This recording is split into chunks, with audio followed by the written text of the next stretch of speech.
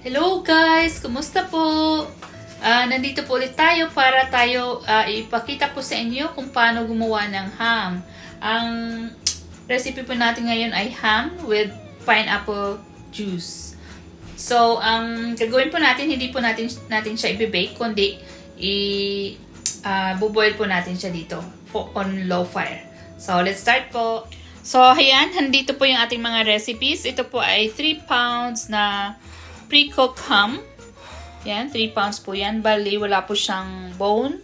At ito po ay brown sugar, ground cinnamon, cloves, yellow mustard, and ito yung natira kong pineapple juice yesterday na ginamit ko sa aking from pineapple tidbits. So, sayang naman na hindi ko gamitin. So, ayan, ni-reserve ko siya.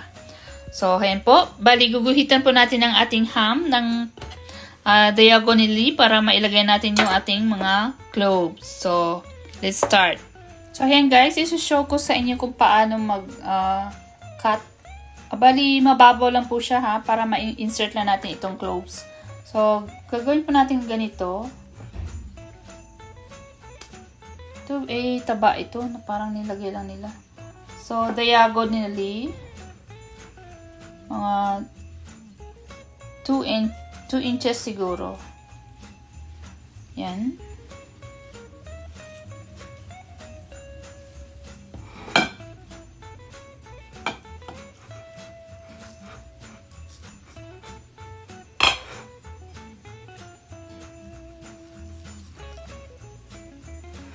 Tapos, pag ganito naman,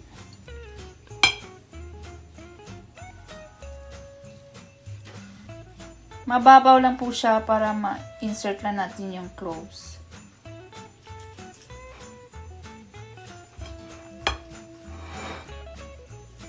Diagonal po ang paghiwa. So, ayan. Pwede na yan. So, ito na po yung cloves natin. Ayan. So, insert lang po natin yan in between sa mga corners ng ating na-slice.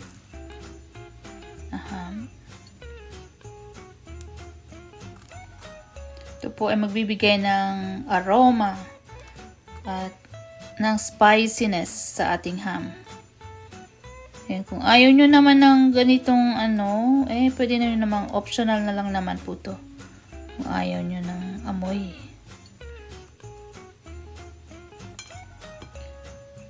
Pa ay aroma. Masarap po ito, mabango siya.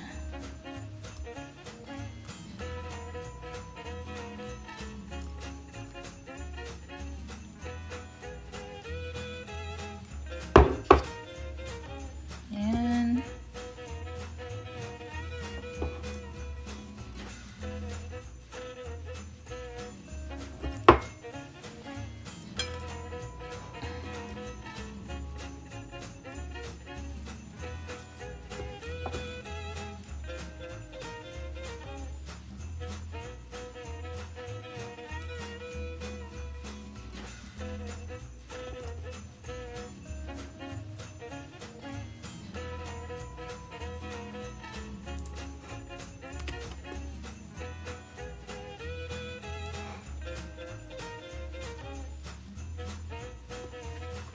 Tinapon din po dito para magkaroon naman ng amoy dito sa kabila.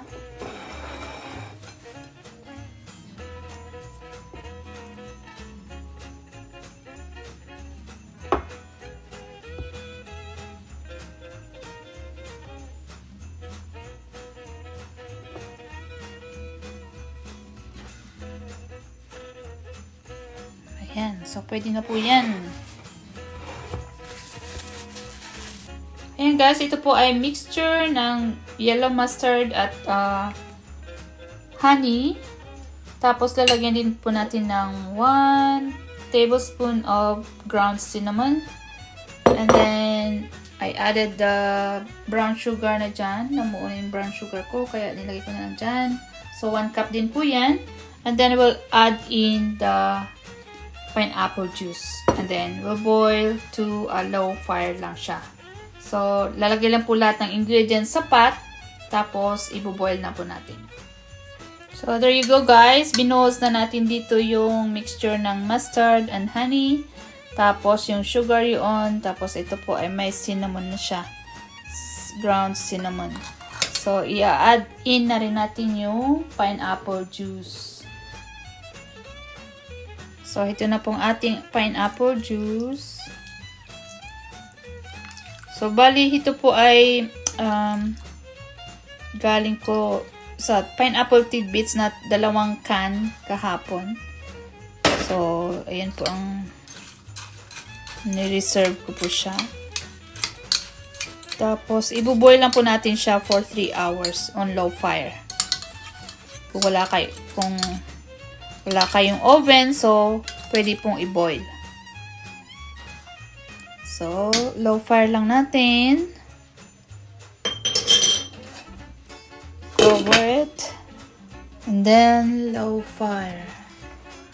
At first po, para kumulo, ilagay muna natin sa medium. And then, after that, we turn it on sa low later.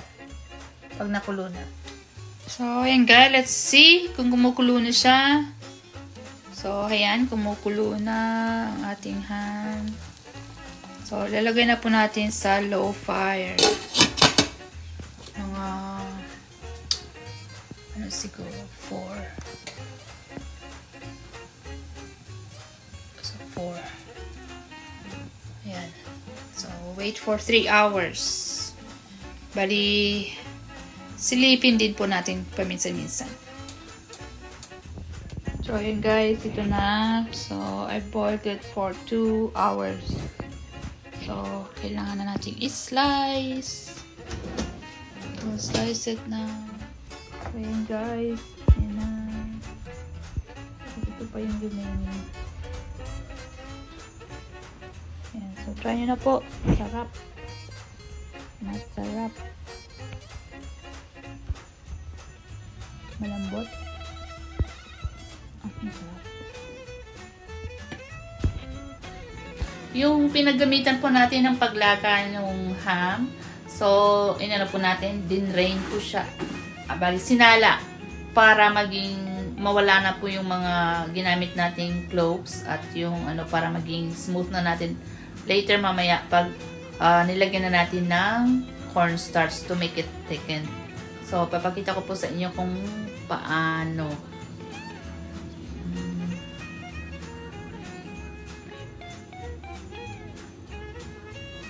So, ayan po, ito na yung ating nasalang sauce. Ayan. Nilagyan ko po siya ng kaunting 2 teaspoons na minix sa water na sa konti lang na bowl yung cornstarch. Tapos, habang kumukulo, ayan, continuous stirring lang para maging malapot yung sauce natin.